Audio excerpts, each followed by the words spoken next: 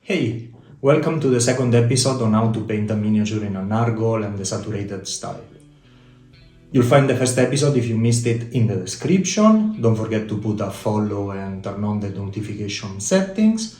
And today we will talk about how to refine the armor and increase the shadows in the skin tone and the armor for now through washes. It's not the only technique possible, but we will explain through this simple way how to do that.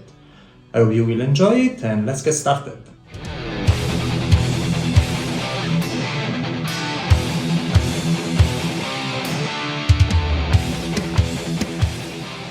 Okay, we start where we left from last time, same palette, same everything. I'm mixing violet with the color that I had before on the palette. Some black, some magenta. As you can see, I'm doing a very dark color and I dilute it with the flow improver to make it a wash or glaze, whatever you prefer, to work in shadows on the skin. So I'm going to put this darker color and color on the dark shadows area where I think I will need these dark shadows. The color used are Kimera colors as always, so you can see how they can be used in a glaze environment, but you can also do it with a more thick approach if you like. For this model, I prefer to go with the flowy approach because I think it's more friendly for new painters. But whatever works for you is fine. So as you can see, I am increasing the shadows on the skin. This time, compared to last time, I'm starting to be a little bit more precise with my strokes and the placements. Remember that if you work in this way of doing shadows first and light second, you can be a little less precise with shadows because lights and midtones will go and cover a little bit of your previous work, and it will make it look more refined in the end. So this is why right now I can be less precise than later. I increase all the shadow part, the crevices, and the places where the sun is not striking in the darkest part. And as you can see, I'm very saturated in the shadow area. This is important because if you lose saturation in the shadows, you also lose power because the lights will be desaturated because of the white in the lights in any case. So you need to retain saturation in the shadow part, especially on skin.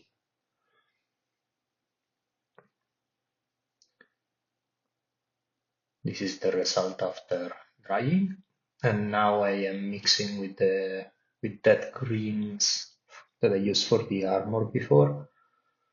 Whatever you have on your palette, I'm using dark colors. Violet is a very dark color. So I'm creating a dark, more saturated color to do the same on the armor, basically, to blackline the parts on the armor and differentiate the various plates more. When you do black lining, you need to be a little bit more precise, and the thinner you are, the better it looks, on a small model especially. So try to be precise. It will go a long way. And as for the skin, I am doing a saturated black line for same reason. Same reason. Try to do saturated black lines and do not use just black and see that it will change the final result of your painting. It will pop more, especially if you do what I am trying to do here, doing shadows of one color and lights of another. Right now, the darkest shadows has in common purple, and the complementary of purple is yellow. So you will see that in the brightest light, there will be a component of yellow, and this will contrast even more and give you more sensation of three-dimensionality because of this contrast, this complementary contrast. And this is a good way of using the complementary contrast instead of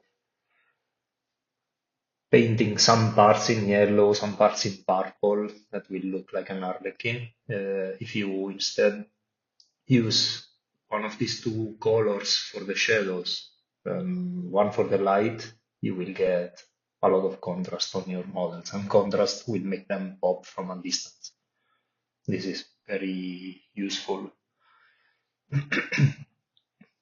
Also, remember one thing, where you put your darkest shadows, it means that light is not reaching. If the light is not reaching, your darkest shadow is the same everywhere because it's the absence of light. So the strength of this shadow is the same everywhere. If this makes any sense to you. And this is after trying it. Now I am doing a second black lining for the skin. I'm using the Winsor & Newton Perylene Violet and Royal Brown from Kimera. They are similar colors in the end. The thing here is that the Perylene Violet is very satin. And satin for darker shadows is very useful. I'm also adding a little bit of black to make it darker. These are blood colors, as you can see. And satin helps a lot in shadows because it is deeper than matte color for shadows. So if you're using only matte colors to do this job, I suggest you try something more satin and see how it goes. Because it will increase the power of your shadows, as you can see soon enough.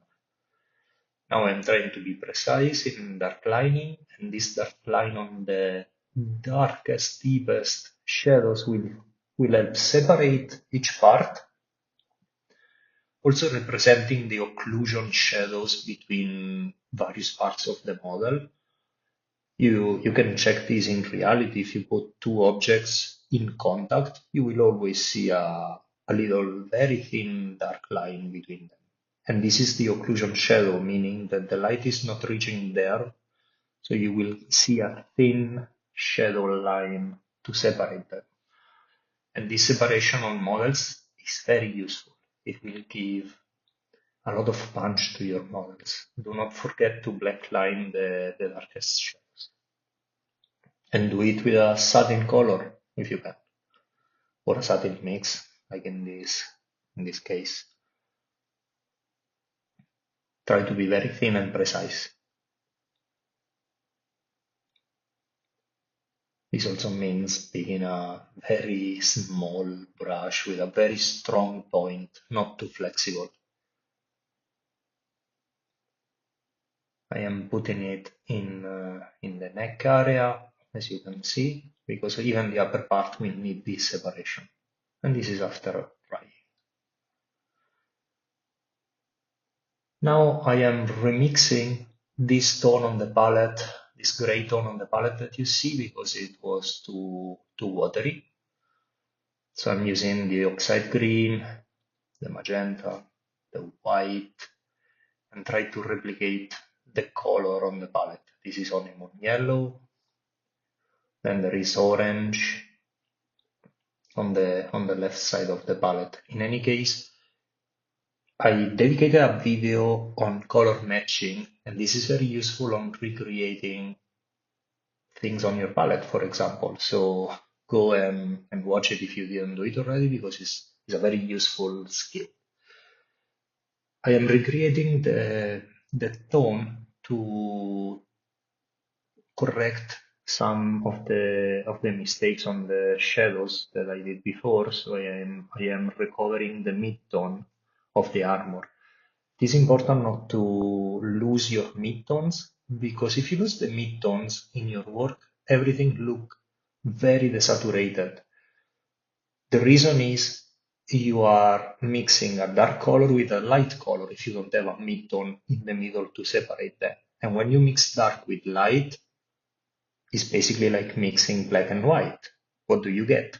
Gray. And gray is the king of the saturation. So do never remove while you paint the midtones. If you see that you lost them, try to recover them like I'm doing it right now. It is not too difficult if you can color match a little bit, and we have a video for that. So I'm recovering the various midtone in the various part of the armor to then work on the highlights of the whole armor, so you can see the refinement in there too. I will try to be thorough in every part because this step will matter a lot in the end.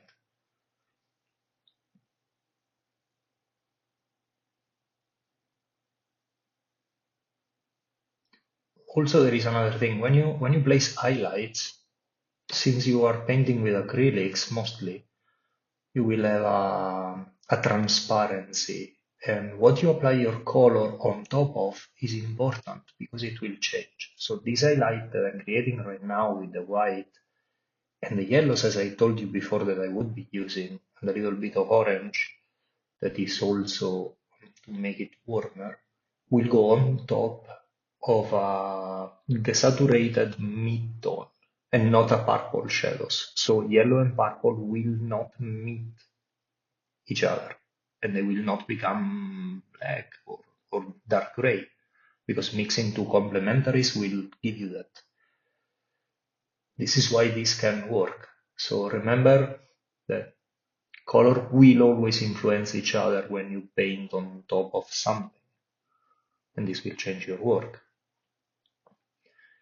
I'm using yellow also because yellow on the light will be perceived as a stronger light than just white.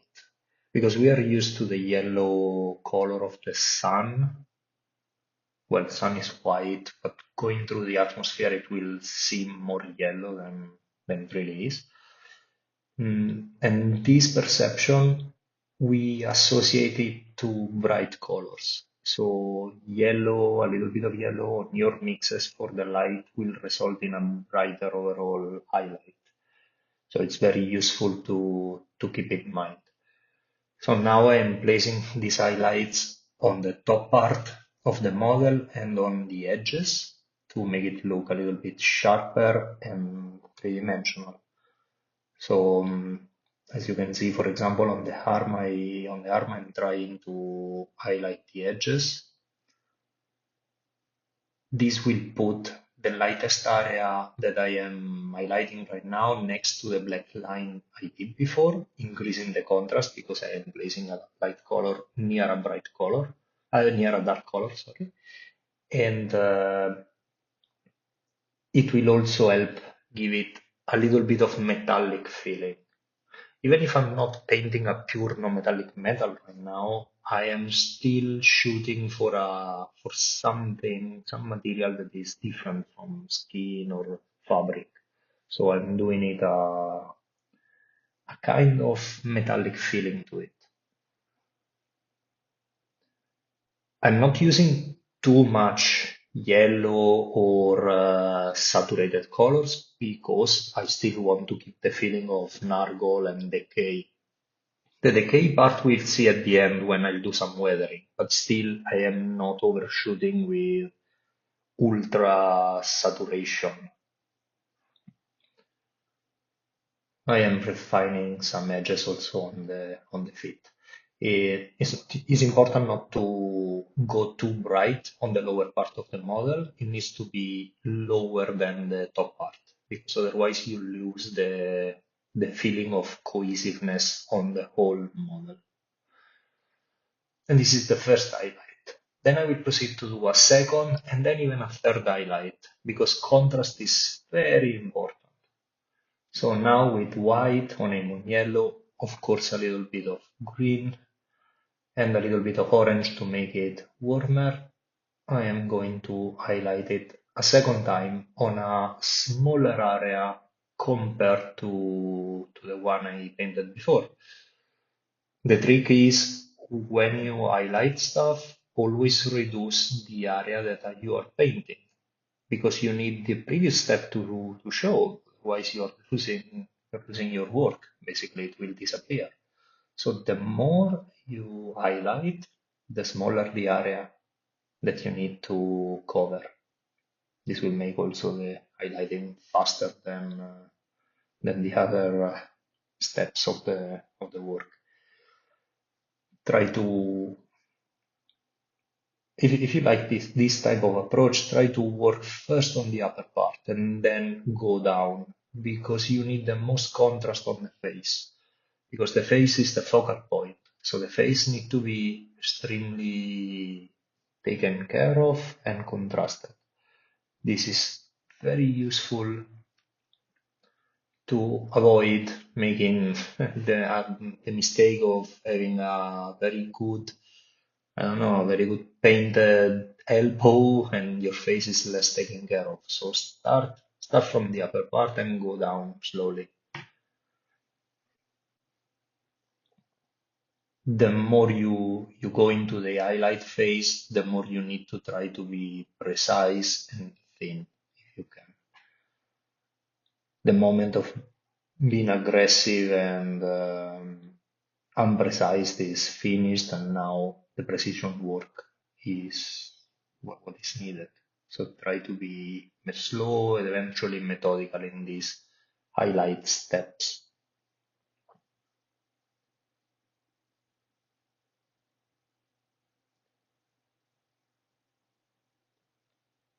It takes a little bit of time because there is a lot of armor to cover, but I wanted to show you the various steps so you can see how much I'm doing on each part. As you can see, the feet, they only have some tiny specks of light, like they are catching some light here and there, but not the whole of it.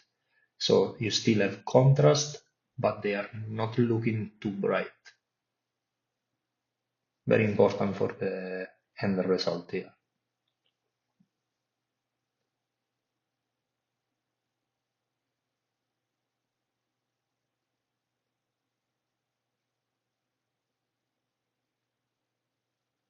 Now I'm refining also the back parts.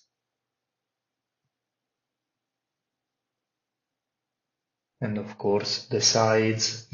Don't forget to paint the back on the model at the same quality of the front because usually, if you are a wargamer, first of all, the biggest part of the model that you will look would be the back and not the front. So for your own enjoyment, the back is better than the front. Second is a little bit sad when you turn around a model and the back is less interesting than the front. We do paint for the 3D effect, so the back is very useful. So now I'm recovering the previous highlight color to tie the gradient together and make it look smoother. So I'm going back and refine a little bit the passage between the first highlight and the second highlight by placing over the previous highlight in the edges between these two colors. It is a useful practice if you want to be smooth. So you go back, you recover the color before you overlap the two and have an intermediate situation at the borders. It's not too long to do, so you can work this way. And in this the medium, the flow improver is very useful because it's very transparent and it doesn't change the properties of the colors.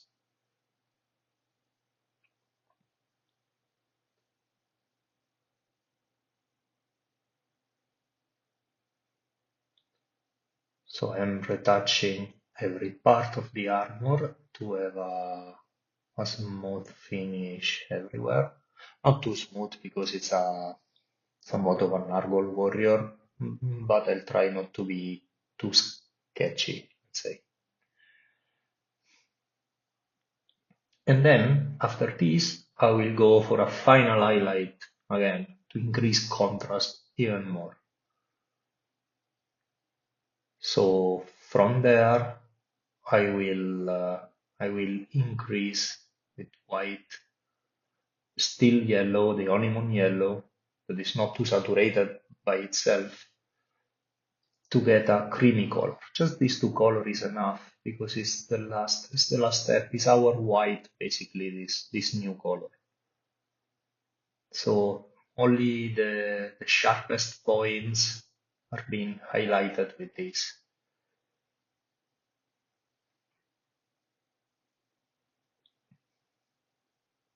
And as always, I start again from the helmet.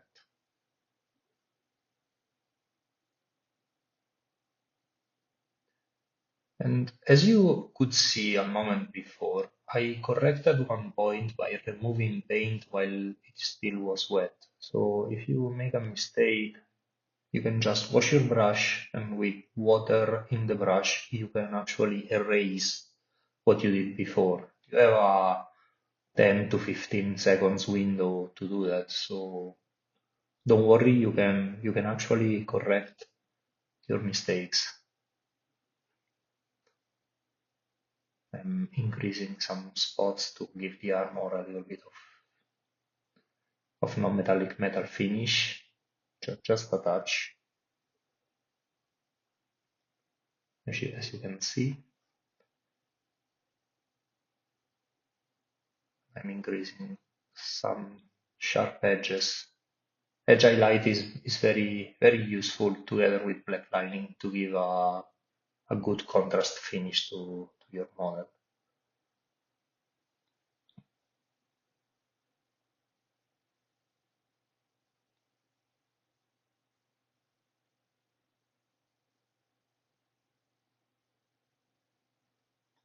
And the refinement of the armor is almost finished. It will be increased, this level of refinement, with the weathering later. But the contrast right now is strong enough that you can work on the other parts.